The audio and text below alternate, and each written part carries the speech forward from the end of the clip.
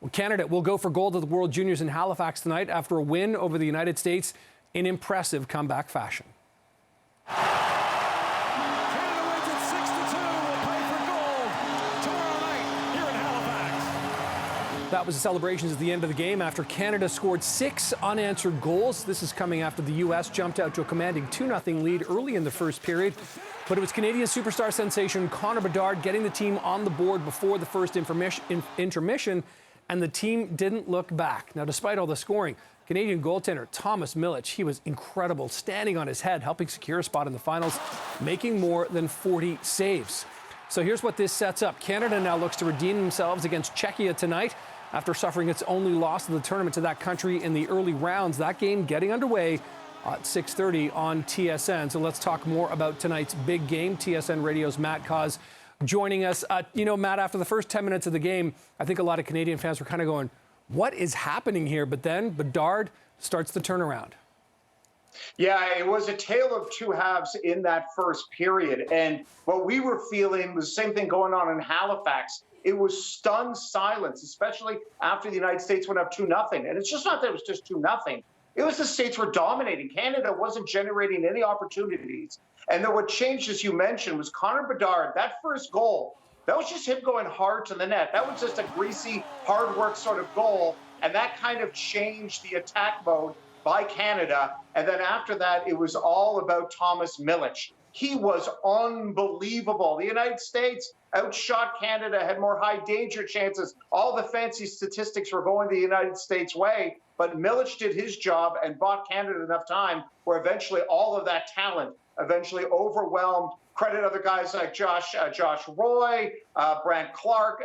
There was a lot of heroes last night for Canada. Yeah, I mean, Clark took that puck in the knee early in the game, left the ice and clearly in pain, but then, scores a goal, late in the game. And Roy, I mean, what about his performance, when they were on the penalty kill, pushing the puck back in the American end of the third period? Really, it put an exclamation point on the fact that this really was an entire team effort once they kind of righted the ship.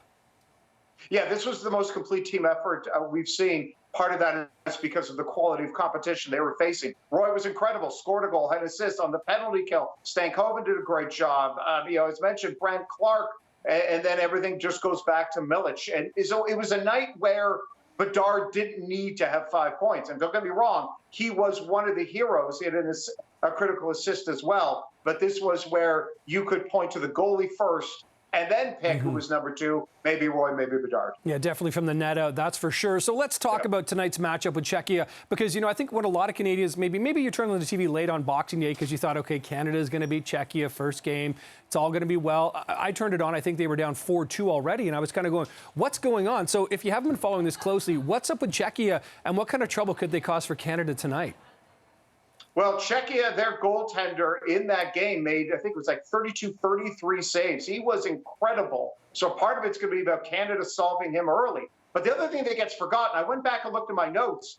Thomas Milic wasn't in net in that game. They gave it to another young man who gave up 5 goals, who just did not have a good night. So now you replace the goaltending, and that puts Canada a much bigger advantage. Then also on the mental side, they're not going to take Czechia lightly. They already lost to them. They got scared early on against the United States. So I'm predicting a Canada win, and maybe they attempt the Michigan goal again like they tried in that first game, but this time they score one. Yeah, that's always a fun goal to watch. The one thing that caught my attention, too, last night, Matt, was the condition of the ice itself. Even between the second and third period, they had to take a little bit of time to repair the ice. Is tonight's game back on that same sheet?